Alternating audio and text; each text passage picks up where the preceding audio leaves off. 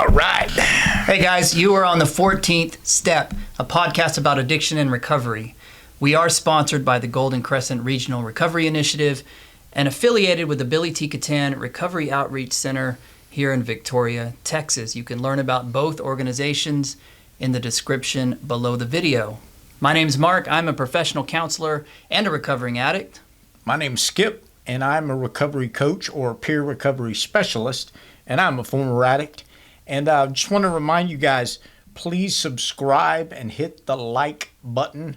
Also, we'd love to know your thoughts about what we talk about today, so please comment below. Thank you so much for joining us. Yeah, definitely. And if you have any topics that you'd like us to talk about, did you already say that? No, that's good. You can put that in the comment below. Give us topics, because we have to sit around and think about this stuff sometimes. Yeah, and you may really think of a good topic that would be fantastic for people to hear about. For sure. You know, I got a question for you. Okay.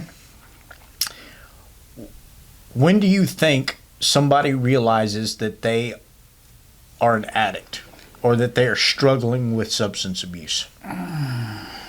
When does it cross that line from a casual imbiber to where you go, you know what, I don't want to admit it, but I really am addicted to this?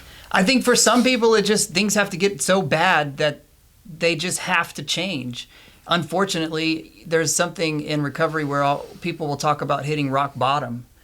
And there was this idea that you have to hit rock bottom in order to change. That was my case. My rock bottom, though, was kind of a slow roll into a dark place. There wasn't anything that necessarily happened. I wasn't threatened with the loss of a job or a legal problem. That's how a lot of people get into recovery. Yes. Because they lose something. Right. And they are essentially forced or given an ultimatum. It's like, either you're going to change or this consequence is going to happen, and it's going to be worse than what you can even fathom. And that happens a lot. We see that all the time. All the time. Yep. That doesn't necessarily mean that the person will personally believe that they actually... Well, let me throw this out to that case scenario, because I see this quite a bit. Let's say somebody does get caught with something or gets a DUI, multiple DUIs, or whatever situation, and they're compelled to make a change, but they're not ready to make a change. So is all of the stuff that they go through, probation, parole, whatever it is, for 6 months, a year, and they go right back into it? The compelling is not the answer. Or sometimes it is, I guess, but sometimes it's not. I think you should do something, if you have someone who is stealing, because they are trying to feed their addiction, or they're committing crimes, or they have 3 DWIs, or they're drunk at work, or doing something crazy, I think you should try to do something with that person, even if they aren't ready. If you compel someone to do something, the worst case scenario is that they're just going to be the way that they already are at the end of it. So it's not necessarily harming that person. Best case scenario is that they realize that they need to change, and they get into recovery, and they start surrounding themselves with other people who are in recovery. And something clicks. Something clicks. Yeah. And it does sometimes. I don't ever want to lose hope. That's why you can't give up on people too. You don't give up on people. And we've had people as a counselor, I have had clients over and over again for as long as I've been there, and this is over the span of about 9 years. There was clients 9 years ago who are still coming into our program and who have never really gotten any clean time or had any desire to. But you always want to give people the chance again to try, and maybe something will click. There's some internal process that you can't force on anyone. You can't get anyone sober. Right. But yeah. you can be an example of recovery for another person. Right. And sometimes that clicks. Yeah. And sometimes it takes 100 times, and then that 100th time something happens. Yeah. And you hear these blanketed terms like rock bottom that you said. I don't know what that really means, because it's different for every person. We've talked about recovery capital, right? Yeah. Where somebody that's homeless, jobless, doesn't have a car, doesn't have family to count on, their recovery capital is very low. Right. It's incredibly difficult for them to just maintain a daily activity. But then people that their recovery capital is high, their rock bottom may be something completely different than the other person's rock bottom. I was very, very lucky that I didn't have to hit a rock bottom. I guess what I'm trying to say is there's no definition that's one rock bottom. It's different for everyone. I was very lucky that I came to a point to where I finally realized, after being knocked in the head with this over 2 decades, that I can't stop by myself. Yeah. And when I got help, it clicked for me. I took the help, and I've been able to really do really well in using that help. But there's a lot of people that they're not at that point to where they can accept that. They're just not ready. It's definitely something that is different for every person. I try to get people to think about their relationship with whatever they're doing. Yeah. And I ask that person, do you think your life is going to be better or worse, essentially, with or without it? Like, right. Is your life going to be better if you put it down? How is your life going to be better? And that's something for everyone to think about. That's drinking or using, even casually. Think about your relationship with the drug or the drink. Is this something that's helping you? Is it hindering you in some way? Is it limiting your own potential? That's something that I try to get every person to think about that comes through our doors that I talk to. And on some level, especially for people who, well, when we talk about like recovery capital and what kind of resources people have, there are people who their lives have been at rock bottom for years and years. Right. And so for them, in their mind, they can't even fathom not getting high, because if they don't get high, what are they left with? Right. Yeah. And so then it becomes a matter of trying to build someone up a little bit. Well, how are you going to get the things that you want? How are you going to get a vehicle? How are you going to get a roof over your head? How are you going to put a meal on the table today? And when you're in a downward spiral with things happening in your life, there's almost a gravitational force pulling you down. Mm-hmm. And I talk to guys about this all the time. The amount of energy it takes to have escape velocity from that is huge. You have to get things spinning the other direction, and that's different for every person depending on where they are. But it's small goals, small wins, getting some success and something under your belt, and so you can see it, because all it is a life of failure and shame and denial and so much negativity that the idea of spinning that around and going in the wrong direction is inconceivable. And sometimes you're starting at that point, and it's like you said, well, why in the world would they quit? That thing they're taking is so they can numb that, so they don't have to feel that way. And that's hard to fight. It is, and it's even hard to convince people that are using like crazy drugs to put it down, because you would think that if someone isn't able to work really, or isn't able to get it together, or they've had to like sell their vehicle, or they've pawned everything, and basically their function is to shoot meth and peek out of their blinds all day. And you want to say, like, look, if you can put the drug down, at least you're going to be able to leave your house. Yeah. Like, that's something good. Right. But I've had people convince me, they will argue to their grave why meth is good for them. Wow. And crack, I haven't really heard that one too much. Yeah. Like, no one's really arguing the merits of like smoking crack. We could line up half this planet to tell you the benefits of marijuana. Oh yeah. Oh, right? marijuana. There's people who will say marijuana will solve every single problem that there is. Because it's a plant. Because it's a plant. And it's natural, right? Marijuana, I love talking about marijuana because it's such a gray area, because it's probably really good medicine in a lot of cases.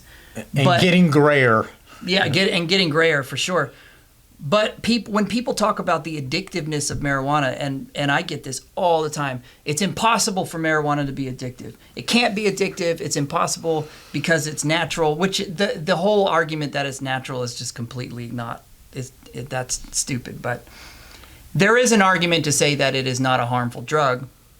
But is it an addictive drug? Yes, people get addicted to cannabis, and they'll even say it themselves. They'll be like, I'm not addicted to marijuana, but if I don't smoke, then I go crazy. Yeah. So it's like, how is that? How are you not dependent on that? You're literally saying that you'll go crazy if you don't do this. But I'm telling you, please tell me if I'm wrong here, but being addicted to something isn't necessarily what the substance is. It's your state of mind on it, because there are addicted people to gambling. Yeah, gambling's not a substance. Gambling's not a substance. Right. Pornography, that's not a substance. Right. Or whatever there's people there's people addicted to making money. There's people addicted to food. Well, I guess that is a substance. I've counseled people on golf addiction. Like There you go. they're on the golf course, like, because it's some sort of a thing that your brain can release the dopamine or whatever feel good thing that it brings you, and you can get addicted to that. It's always their marriage. I could tell if there's a golf addict in my office, they don't want to be home. It's your marriage. Because it can take the most Here's time. the bill. It's your marriage. You're done. Yeah. Because it's 4 hours away. Exactly. It's the longest hobby there is. It takes forever. Yeah. Like, you just don't want to be Not home. many people are addicted to running a 40-yard dash. It just doesn't take that. It just doesn't take that much time. No, it's not enough time away from the family. Well, it would be for me, because it would take me 4 hours to run a 40-yard dash. But for most people, they can run it in about 10 seconds and be done. But your point is exactly right. It's stupid to talk about the substance being addictive. Yeah. The substance is not the addictive part. If the substance was addictive, you would have every person who's in a hospital right now having surgery come out a dope addict. Every single one of them, because they're all getting pharmaceutical heroin right now in the hospital. Yep. In the operation, post-op, and the rates of addiction are pretty stable, 10%. It's about 10%. And that's because there are certain people, when they ingest a drug in some way, that experience is so compelling that they feel a irresistible need to repeat it. Yep. And it's not necessarily because of what kind of substance it is. It's that the behavior is exciting or happy in some way. Mm-hmm. Gives you that little kick. And like, man, it's I like can you're do putting this. on a warm coat. Yeah. It's like a warm blanket in a bottle or a pill or whatever. It's a relief. It's a relief. It's an escape. And it's like people who are addicts you find whatever substance that suits them, whatever they like, and they latch onto that one. It's whatever gets them out of their own head the best. Mm-hmm. And they don't have to deal with what they're dealing with. They don't have to deal with what they're dealing with. That's why counseling can work.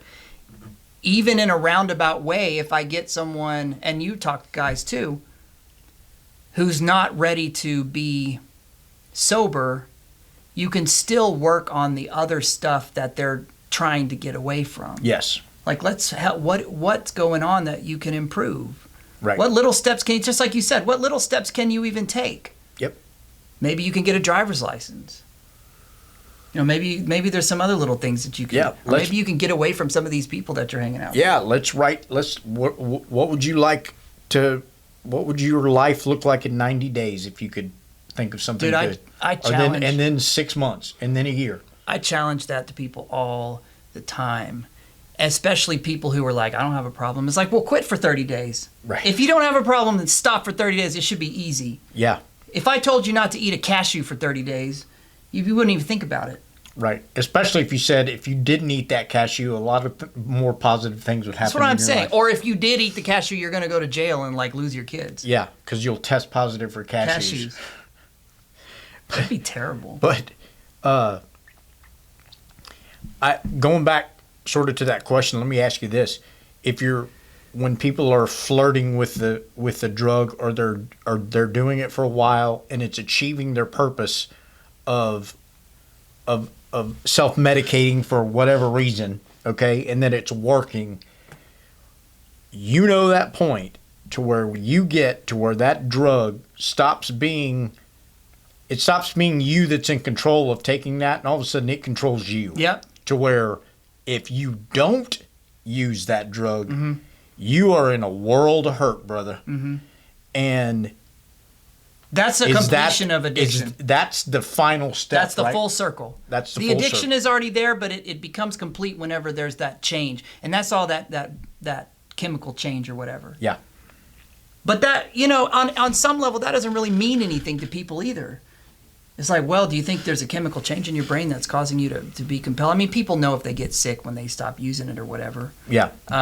But it seems like medically speaking or chemically speaking, you get to a point where your body quits producing dopamine because you're artificially taking it and flooding your receptors with it.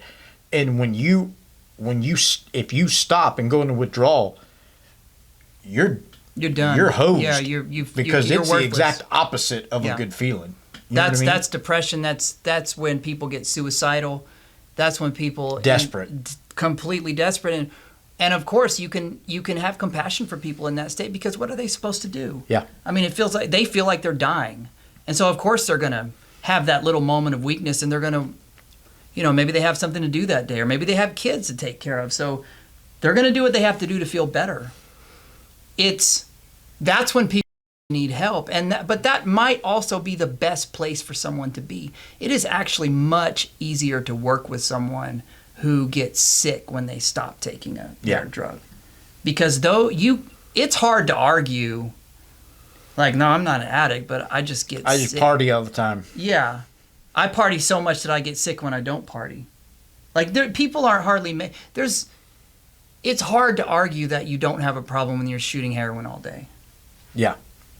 Right. Now, if you're just using coke, 3 or 4 times a week, there's all that gray area where people get in where they're like, well, it's not a problem. I just like to get high sometimes. Well, you know what they call that gray area, right? It drives me nuts, the word functional. Oh, functional addict. What does that mean? He's a functional alcoholic. What does that mean? Well, he works all day, and then as soon as 5 o'clock hits, he drinks a fifth.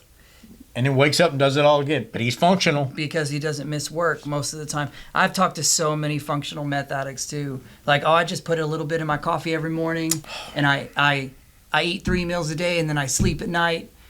And you look at them, and they look like they've been dipped in frying oil, Like, it's like your brain is like, you're screwed. Yeah. But they can't see it because there's something blind to ourself, to our own condition, because we can always find someone worse. That's like a whole entire topic of justifying where we are, because there's always somebody worse. And plus, I don't want to be an addict. I'm not an addict. That's another reason too. It's like, how do you know you're an addict? Well, there's that thing. It's like most people would rather be seen outside of a bar than outside of an AA meeting. Right. Because one of them, you can still pretend like you have control. Yeah. And the other one, you have to admit that you don't have control. And people see that as a weakness, especially addicts. So there's a big social element of that as well. This problem is It was for me. It was for me. I knew if I was going to be successful, I was going to have to go all in, right? And be that guy. That I was extremely open about it. I would try to have to help people. That meetings and counseling, and it was just going to be a part of my life for the rest of my life if I was going to overcome. And that's like standing at the bottom of Mount Everest and going, I got to get up there. And mentally, that was massive. And I finally just had to say, you know what? So be it. And people start climbing. People never get there. It's almost like the addict is not even the stigma. It's like being in recovery is the stigma. Yes. I've been saying all this the whole time. So many people say it, but they do. Like, oh man, I'm not Mr. Recovery or anything. I'm not going to be that guy. I'm not going to be that guy that's in recovery for the rest of his life, sitting around at age 60 in an AA meeting still complaining about, people who are drinking. Yes, you are. And that's the thing. It's so hard to get people to see the value of being in recovery is so much better than what you're doing out there. Yeah. The friends that you make, the opportunities that you'll have, being able to remember what you said the day before, not having to scrounge around for pills. Yep. That life of freedom, and you trade it. The trade-off is that you go to a meeting, Mm-hmm. or you read a book. And it's like, for me, it's a no-brainer. It is. But our brains have rewired themselves. Yeah, but my brain still doesn't want to go to a damn meeting. I still don't want to do it. And I do it professionally. Because something in you is telling you have to, and you're like me, you don't want to be told what to do. If I have to do something, I just don't want to do it. Exactly. All I have to do is walk down the hall to go to a meeting. I'm like, oh, man, come on. But you know what? We've said this before on previous podcasts, and we know this now, but it's hard for people to understand. When you get to the point to where your story and your experience can help other people, that seems to be the only thing greater than what our brains tell us how great that drug we are taking is. And you could do that right off the top. That's right. You can walk in an NA meeting And share. and just say, man, I really don't want to get high today, but I really want to get high. And for people who are in that meeting, I don't care if you've been clean for 20 years, that will help that person stay That's because clean. I'm inspired that they walked in that door. Walked in. That's right. That's right. That's the most meaningful type of stuff that I hear. Yeah. Because it's so raw, like it's so real. It is. It is. So let me ask you guys this before we close this out. When do you think you become an addict if you are using a substance? And then at that point, how easy is it to quit to you? Or do you have to hit a rock bottom, quote unquote? Are you ashamed, or do you not want to be that recovery guy or girl? Lots of questions, right? Lots of questions. Lots of questions. So we'd love to have your comments below. And thanks for watching, and we'll come to you soon. Thanks, guys. And please reach out to us if you have a recovery story that you would like us to share on the podcast. Send us an email. We'd be happy to hear from you.